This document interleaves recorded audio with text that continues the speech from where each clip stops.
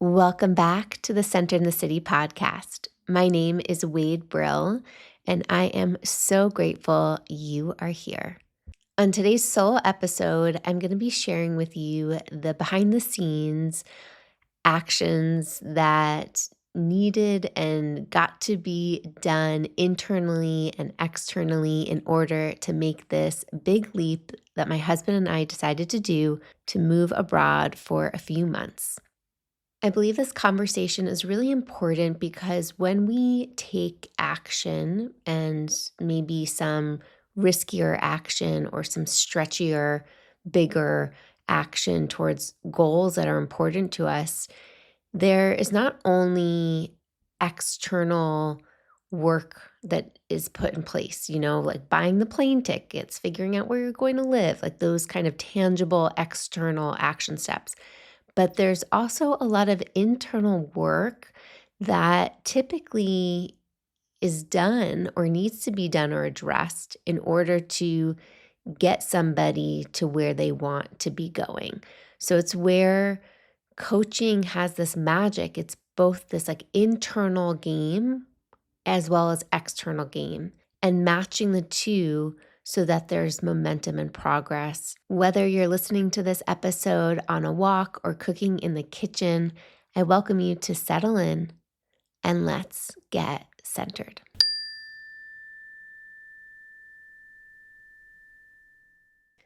I'm recording this episode live from Amsterdam. And a few days ago, I was still in Seattle and felt this mixture of fear and excitement. And fear and excitement can have very similar sensations in the body. For me, it shows up as some butterflies, maybe a loss of an appetite. There's just some adrenaline moving throughout the body constantly. My eyes feel wider. My breath is typically a little more shallow, a little shorter, not as deep and expansive. And I remember feeling this way just a few days ago at this crossroads point where it all was real. Like I was leaving the next day to come to Europe on this adventure. And at the same time, I'm still in our house with the never ending list of to-dos, getting things ready for our renters and getting things organized for leaving.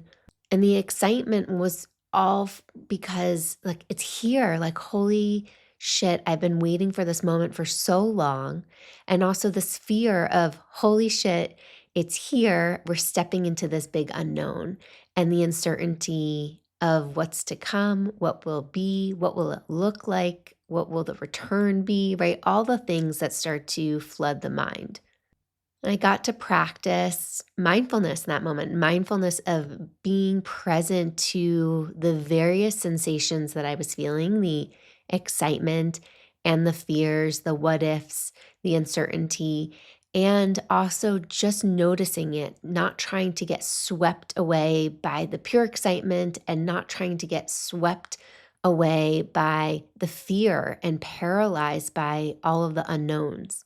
I got to practice equanimity, this balanced mind and heart of just observing what's happening here with a sense of ease, with mindfulness, being able to just be as curious as I can about the moment. Every year, I choose what I call a power intention, which is a word or a short phrase that helps me embody mentally, physically, emotionally direct where my attention is going in the year. And this year, my power intention is courage. And this is why I am so passionate about supporting other people creating their power intentions, which, side note, is something you can do with me this Saturday, January 25th, during the intention setting party. It's a virtual workshop, and I'll link it in the show notes if you're interested in joining. And I'm so passionate about people having a power intention because it becomes this guide and anchor that helps us navigate every day, helps us navigate the unknowns and the knowns with a sense of clarity and alignment. And it's slightly different than our values because it's really something that is tied to how do we want to feel and be and act in the new year. And so it's supporting us stepping into maybe something new, trying something on, listening to actually what are our needs. So for me, courage is being able to face fear with love, like being able to act with fear, not pushing fear away, not making fear wrong, not making it bad, but holding its hand lovingly and being able to move and be with it wherever it is and whatever situation it might be showing up. And so here I am in Seattle getting ready to begin this adventure, and courage really helped me prepare internally as well as externally. Courage helped me think about how do I communicate honestly and openly with my partner or with other commitments that I'm leaving behind or changing as I'm making this move. Courage helped me step into the unknown of this trip, of this adventure, with so much more trust and ease in my body. My nervous system loves to control.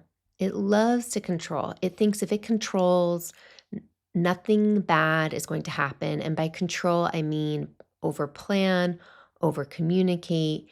It's going to have all of its bases covered. But my power intention of courage is really allowing me to release that grip, like step back and surrender and flow with what is happening. And I feel it in my body in a new way that I've never felt it before, in a way where there's a softening, there's like the best way I can describe it is just so much more ease and a sense of gratitude, like, and trust with the universe that it's also going to work out. Later in this episode, I'm going to get a little bit more specific on how we can navigate change, some practical strategies and some mindsets that we can embody. But first, I want to share a little bit more backstory to this big move. Spending more time abroad has always been something my husband and I have valued and tried to prioritize in the lifestyle that we're wanting to create. We met living abroad in Buenos Aires, Argentina. Being international is very meaningful to both of us. It's one of our values. And for the last few years, we have gone abroad for chunks at a time, maybe a month to 6 weeks max. This time abroad is not typically vacation time. It's usually a hybrid of working remote and being in a foreign country, whether that's been Mexico or Colombia or various countries in Europe for the last 2 years. Moving abroad on Inauguration Day was definitely a coincidence, but very much felt symbolic of paying attention to our culture and the environment in which we live in has such an impact on our well-being. I've studied abroad in college. I got to study in Buenos Aires, Argentina. That's how I found out I loved that city and that culture and that whole country, and why I decided to move back after I graduated college. But I haven't spent a significant amount of time in Europe until the last 2 years. We had our honeymoon here. My husband works for a company that's based in Europe. So we've had more exposure to and more reasons to be out here. But I never have really spent a significant amount of time. And this desire to explore what is life like outside of America and specifically Seattle, right? We can so easily get into our bubbles of life. And my heart, I'll speak for myself, was really craving some change, was really craving being stimulated by a different way of being and getting to know different lifestyles and different food and different sensations and textures and smells that come alive when you live and get to experience a different culture. So we're using the next chunk of time, and I say chunk of time because we don't really know how much time it will be. It could be 3 to 4 months or something around that time frame to explore and to try it on and to see how it feels and notice, what do we enjoy about it? What do we not? What do we miss? And where do we maybe want to explore putting down roots in the future? This has been a conversation we've been having for many years, and it just becomes a point where you got to take action, because when you start talking about something that you've wanting to do for a long time and you don't take action around it, it starts to build. And sometimes we need to pause and kind of get curious about why we want to take action with something. Is it coming from our values? Is it coming from an aligned place? Or is it coming because we're trying to look good or striving energy, right? Like, it's helpful to get curious and ask ourselves, why are we wanting to take this action? And because it's lingered for so many years, it just was kind of like we really needed to rip the Band-Aid off and just do it instead of keep talking about it, because talking about it kept us staying in circles and not going anywhere, because we're not trying it. We're not gaining more information to then help us make our next decision down the road. So here I am sharing with you a little bit behind the scenes at the beginning of this journey, and who knows what it will be like. So if you have specific questions or curiosities, let me know. I can always do a part 2 of this podcast episode. When you're making any big lifestyle choice, whether it's to take a job in a different city, whether it's to move abroad, whether it's to get married, whether it's to move in with a partner, it can be really easy to let the mind go right into the analytical state of, let's create pros and a cons list. And sometimes that can be helpful to, visually see some things on the paper. I'm all for journaling and brain dumping out our thoughts and our feelings. However, there's also always like a felt sense behind the action. And I felt my body, this is so right, it needs to happen. And I really had to let go of how's it going to look and just really trust the general intention, which was to spend some time, significant time living abroad. And we're our plan is not to necessarily be nomadic, but it's to put down some roots in a couple of different cities, specifically in Spain, so that we can really test it out, practice our Spanish, enjoy getting to know a different Spanish speaking culture after spending so much time in Latin America. Now, when we're exploring making big decisions, big changes in our life, of course, there are fears and doubts that come up, and they're completely valid and real.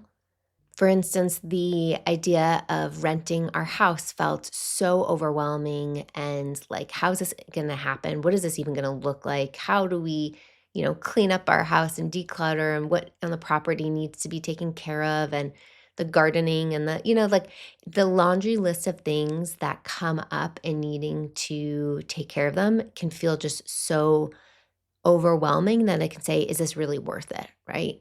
But when you feel something in your body that's so right that you need to listen to, that you need to honor, whether it's you want to give this relationship a try, you say yes to it, whether you want to take that job in a different city, whatever that big life change is, if you feel that yes in your body somewhere, even if there is fear, it becomes bigger than all of the self-doubt and all of the fear conversations that percolate and can get really loud.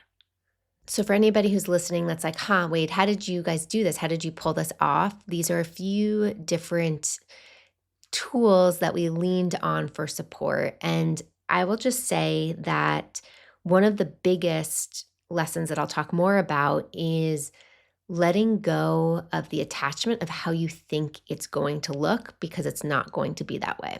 So for instance, I had this vision that we were going to find just one renter for the whole time we were gone, and that was going to be that. It was going to feel really clean and simple. And that's of course not what's happening. We are doing a lot of piecemeal things, and it actually is ending up working perfectly and just how it probably should be. So, after talking to many people over the last few years, we put our house on Furnished Finder, which is a website that usually caters to traveling nurses or people in the medical industry or people coming to the city for internships or remote work, or maybe they're just looking for temporary housing as their home is getting renovated. We used our network and community, sharing our home listing on social media and through our community to help spread the word. You've probably also heard me talk about this in previous episodes, but we're Kindred members, and I'll link my referral code in the show notes below if you have not already heard me talk about Kindred. I love Kindred. It's a home exchange platform, and anybody who stays at your home also has their home on Kindred. So there's this element of mutual respect and trust, and you pay just the cleaning fee and a small booking fee, as well as use points to stay at different places. So in the past, we've stayed in Amsterdam for 10 days for 10 points, plus I think it was like $170 one year, which is like unheard of. That's maybe what a hotel costs for one night. And we've had great experiences. Everybody has been so lovely that we've hosted and or where we've stayed. So we will lean on Kindred while we're gone for not only where we're going to stay in Europe, but also how we get to use our home value for good, how we get to use this property that we invest so much time, energy, and money into and receive benefit from it. And then we also will lean on our community for specific sublets in different cities in Europe that we're going to be in. We will also use probably Airbnb. Right? There's so many creative resources out there that we can lean into in this modern day world to make shit happen. Now, it's really normal when you're getting to make a big life change that grief can come up.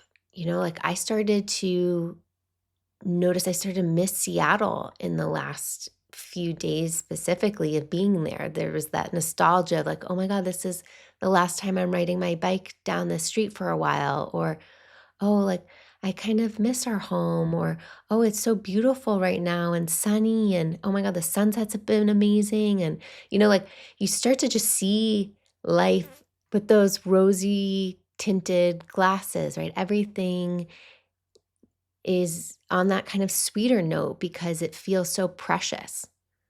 FOMO started to creep up inside of me, like FOMO with my friends, like, oh my God, I'm not going to be here for the next few months. I have a few friends that are pregnant and getting to, next time I see them, they'll have their baby here, right? And we have like neighbors and best friends that we love, and that idea of missing celebrating these certain parties and these milestones with them. And like, oh, it can all creep up of like, do I really need to leave? Do I really need to make this change? And so it's so normal that that comes up.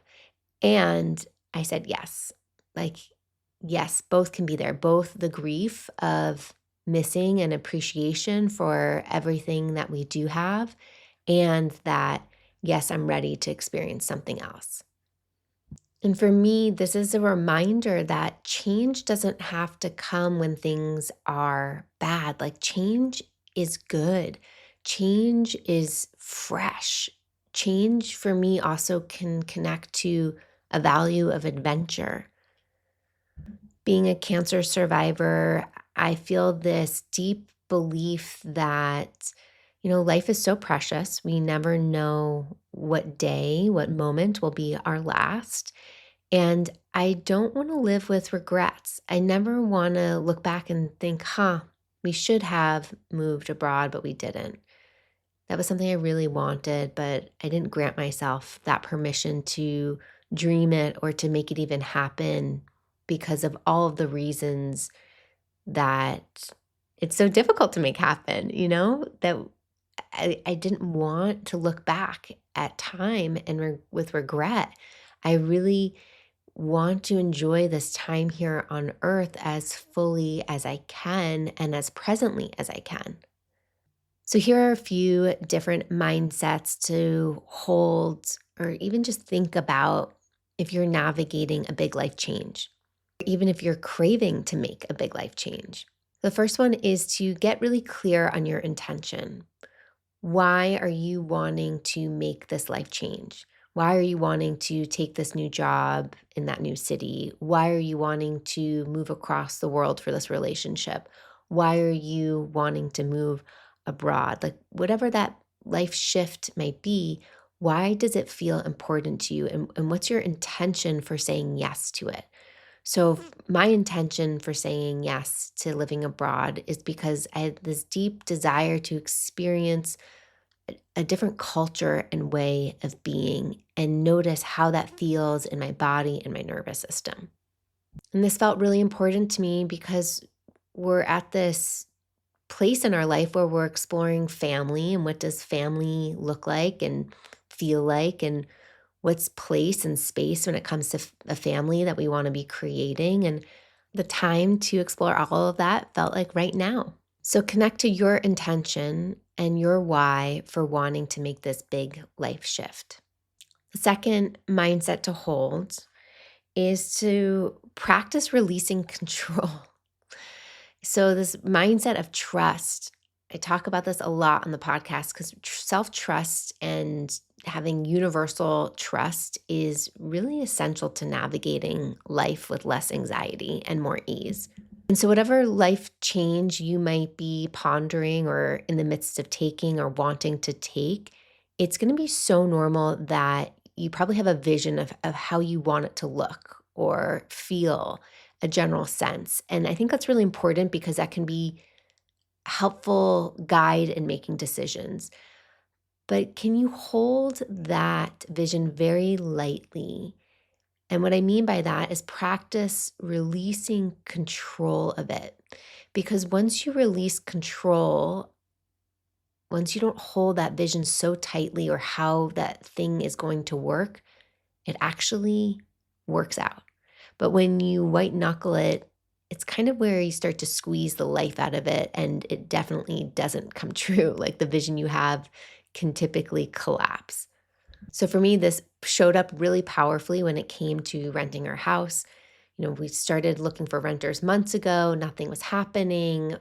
I started getting really anxious, like, oh, can we even do this abroad thing if we can't rent out our house? Like, that feels wasteful and overly indulgent if we're not able to rent out our house. Like, can we afford it? Right? All of the spirals started to happen, and I felt so frozen and fearful and in almost collapse because I was like wanting this move so badly. And here I was white knuckling to it.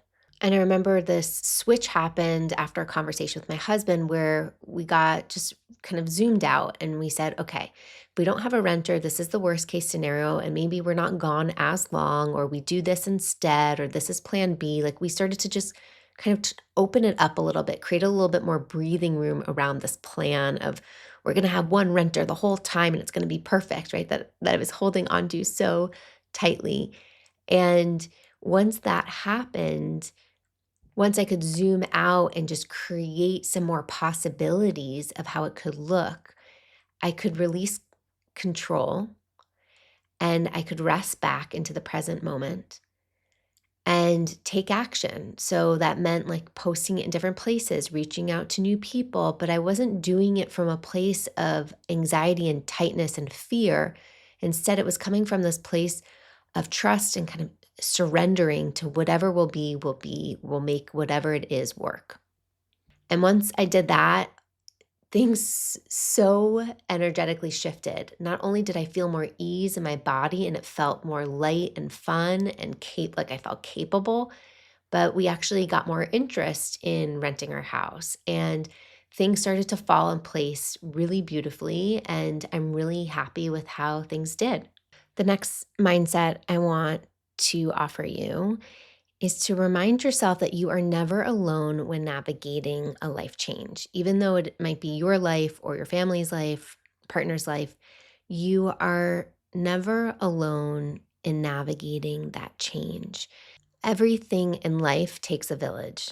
We live in a very individualistic society, but we need our communities. We are social beings. We need each other to survive and thrive. And so leaning on your community for support is essential. And people want to help, people want to support you. And as long as you're a loving, caring human who also gives support, it should be this infinity sign of give and take and allowing there to be synergy in how, as a community, you show up for one another. So, for instance, I leaned on my community hard, talking to various friends around this idea and how we could make it happen and what it could look like and hearing their input. And I just felt very supportive. And then these beautiful people are like, how can we help? How can we support you with your mail? Or if you need anything in the house, or if you need somebody local, or right, it feels so good to remind yourself. It felt so good to remind myself that I'm not alone in these decisions and that you can lean on people for help.